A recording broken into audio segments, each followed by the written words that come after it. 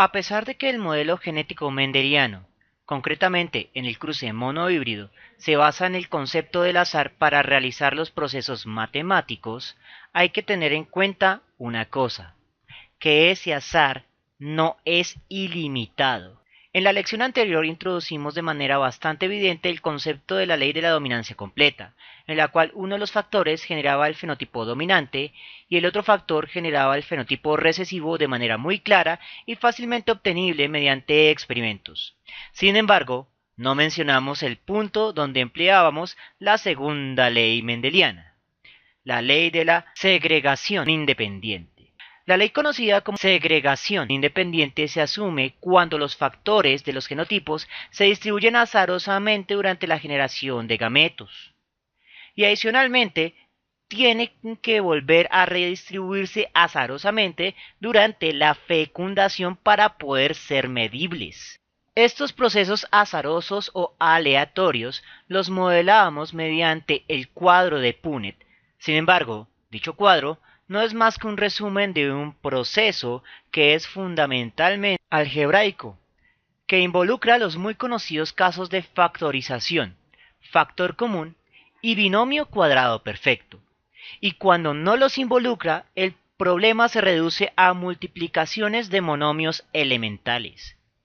En la presente lección analizaremos los 4 posibles casos o formas en las cuales nos puede aparecer un ejercicio monohíbrido y cómo podemos usar los casos de factorización para resolver este tipo de problemas sin tener que recurrir al cuadro de Punnett. Una de las ventajas del método algebraico para resolver estos problemas es que nos permite identificar de manera muy clara dos procesos biológicos que son independientes, pero esa independencia no se veía de manera clara con los cuadros de Punnett. El primero de esos procesos es la generación de gametos, es decir, la producción de espermatozoides en los machos, o espermas en general, y la producción de óvulos en las hembras. Este proceso es independiente en estructuras biológicas y en tiempos del segundo proceso, que es la fecundación. En el cuadro de Punnett ambas cosas suceden en el mismo cuadro y es por eso que es difícil diferenciarlos e identificarlos en caso de que el problema nos estén preguntando sobre los gametos. Así pues, vamos a comenzar con el primero de los casos, el más elemental de todos, el cruce de dos monohíbridos puros. En un cruce de monohíbridos puros tenemos uno de los parentales como homocigoto dominante y el otro de los parentales como homocigoto recesivo. En este caso, el primer paso para resolver este problema es la generación de gametos. Durante la generación de gametos, el cajón que contenía los dos factores en una misma unidad, que en este caso son células, se separa, se divide en dos, y eso lo modelamos como si fuera ya no una multiplicación de factores, como está en este término, A por A, sino como una suma de factores. Es decir, el homocigoto dominante de factor doble multiplicado pasa a ser dos veces un solo factor dominante. Eso representa que un solo genotipo homocigoto dominante se divide en dos separados, pero que contienen el mismo tipo de factor, el dominante. Por eso hay dos por separado sumados.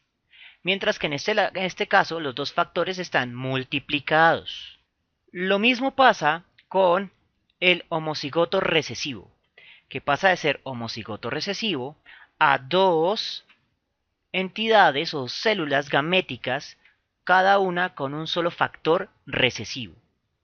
Dependiendo del sexo, uno va a ser macho, otro va a ser hembra. Pero como estamos modelando en términos generales en estos momentos, cualquiera puede ser el macho, cualquiera puede ser los óvulos o los espermatozoides. Lo importante que hay que tener en cuenta es que estos de acá son gametos. Y esta parte de la generación de todos los gametos posibles es la ley de la segregación independiente. Si los factores no se distribuyeran independientemente, deberíamos modelar a los gametos como entidades multiplicadas, no como entidades sumadas. Todo ese proceso tiene varios significados biológicos. En primera, representa el proceso de división celular llamado meiosis, que es la división en la cual se divide a la mitad el contenido genético de una célula. En este caso, pasamos a tener células con dos factores a tener células con un solo factor. Y como se trata de una división celular, pasamos de tener una sola célula a tener dos células.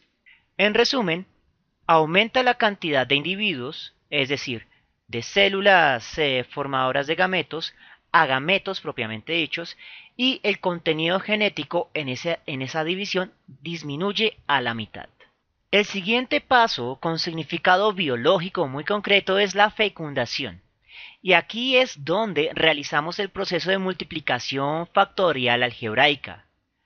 La multiplicación representa la fecundación al azar.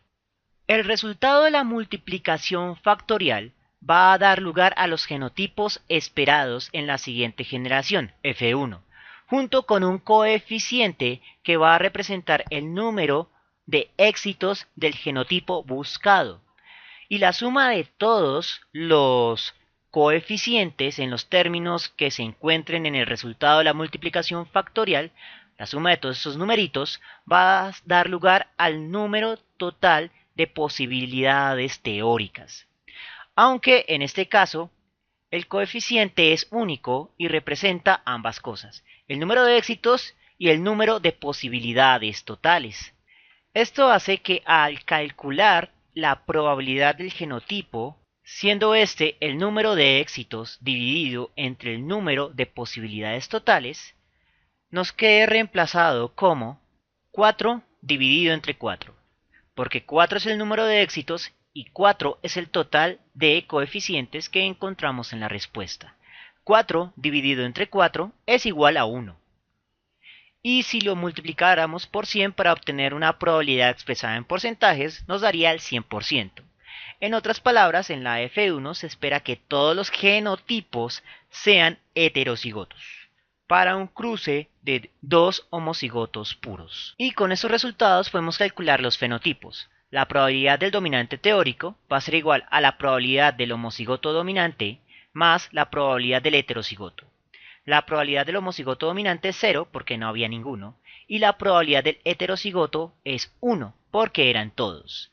Por lo tanto, se espera que todos los fenotipos de la F1 en este cruce sean dominantes. El siguiente caso tal vez sea el más complejo de todos, y es el cruce de dos heterocigotos.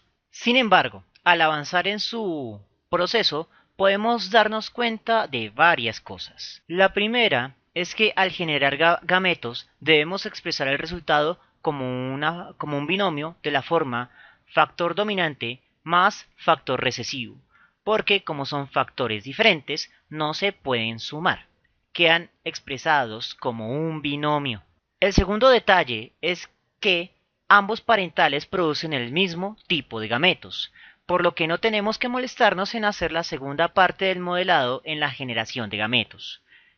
Este funciona tanto para el macho como para la hembra. Llegados a la fecundación, tenemos que los dos binomios se multiplican, pero como son el mismo tipo de binomio, lo que obtenemos es el cuadrado de la suma de un binomio, lo cual se resuelve con el conocido caso del binomio cuadrado perfecto, cuya resolución ya debería estar memorizada en este punto. El primero al cuadrado más 2 veces el primero por el segundo más el segundo al cuadrado. Sin embargo, vamos a expresar el resultado con una notación levemente diferente. En lugar de emplear la notación al cuadrado, vamos a expresar el resultado como doble homocigoto, ya sea dominante o recesivo, porque el primero al cuadrado es multiplicar el primero por el primero, y el segundo al cuadrado es multiplicar el segundo por el segundo. Adicionalmente es conveniente expresar las unidades de manera explícita. Ya sé que en el álgebra los unos se mantienen implícitos, pero a veces esto causa problemas porque se nos olvida sumarlos. Así que vamos a expresarlos explícitos para poder exponer un detalle muy simple. El número total de posibilidades teóricas va a ser igual a la suma de todos los coeficientes de los 3 genotipos obtenidos. Entonces, el total de posibilidades teórico va a ser igual a 1 más 2 más 1, es decir, 4. En otras palabras, cuando vayamos a calcular las probabilidades de los genotipos, siempre se tiene que dividir entre 4. Miremos el cálculo de la primera probabilidad. La probabilidad del homocigoto teórico va a ser igual al número de éxitos del homocigoto teórico dividido entre el número total de posibilidades teóricas, que ese valor es 4, que es el que habíamos calculado al sumar todos los coeficientes. El número total de éxitos del homocigoto dominante es de 1.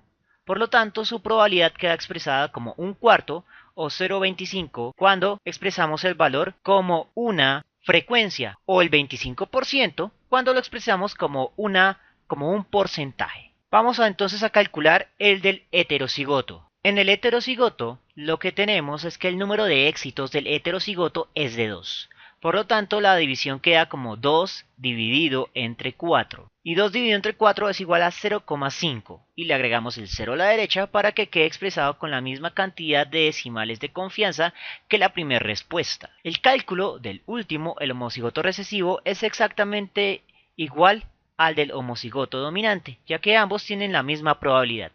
Un cuarto o 0,25 expresado como frecuencia, o el 25% expresado como una probabilidad.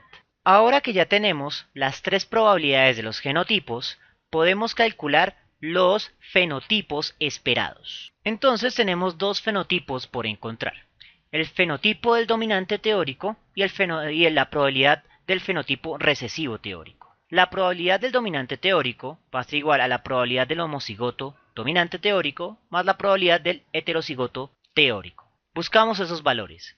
La probabilidad del homocigoto dominante teórico, el AK, es igual a 0,25 y la probabilidad del heterocigoto teórico es igual a 0,5. Resolvemos la suma de decimales y la respuesta queda como 0,75, lo cual expresado como un porcentaje nos daría el 75%. Es decir, que se espera que el 75% de los descendientes en la F1 expresen el fenotipo dominante. Y la probabilidad del recesivo teórico va a ser igual a la probabilidad del homocigoto recesivo teórico, que es 0,25. Cabe anotar que para corroborar que su respuesta es correcta, la suma de las dos probabilidades de los fenotipos debe ser igual a 1,0.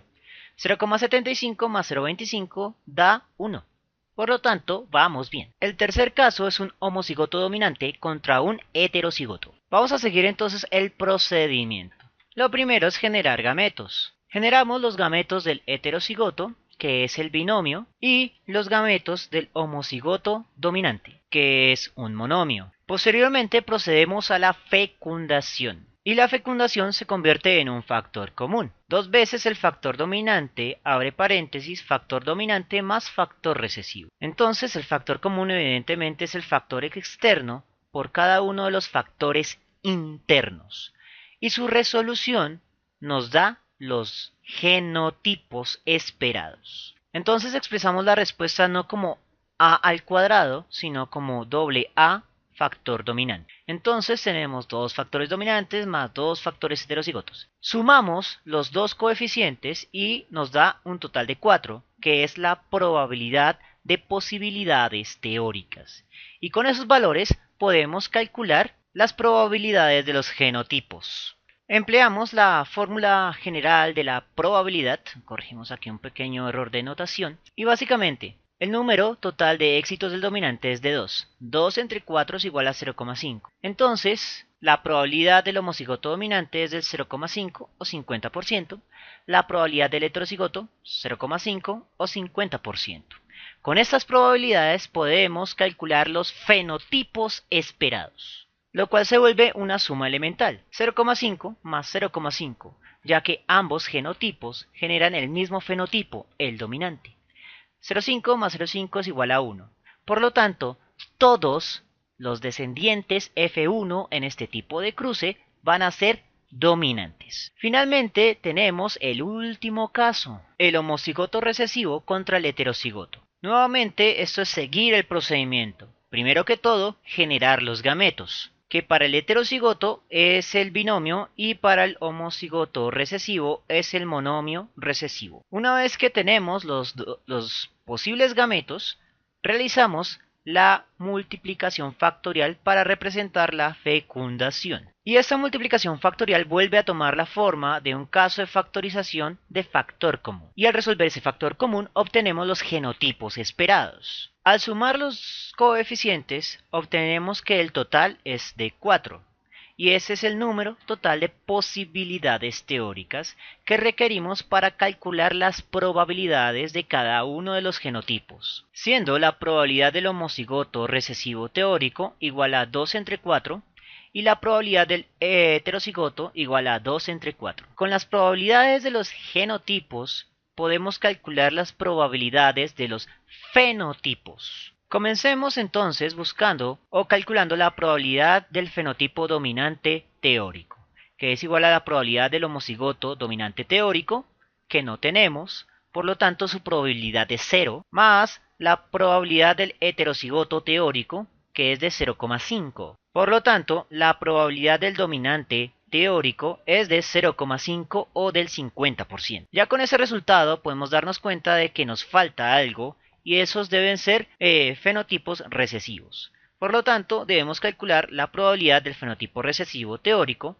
que es igual a la probabilidad del homocigoto recesivo teórico, que es igual a 0,5. Y al sumar ambas probabilidades nos vuelve a dar la unidad. Entonces, en este tipo de caso, tenemos que la mitad van a tener fenotipo dominante y la mitad van a tener fenotipo recesivo. Estos son todos los casos que nos podemos encontrar al resolver un ejercicio de tipo monohíbrido.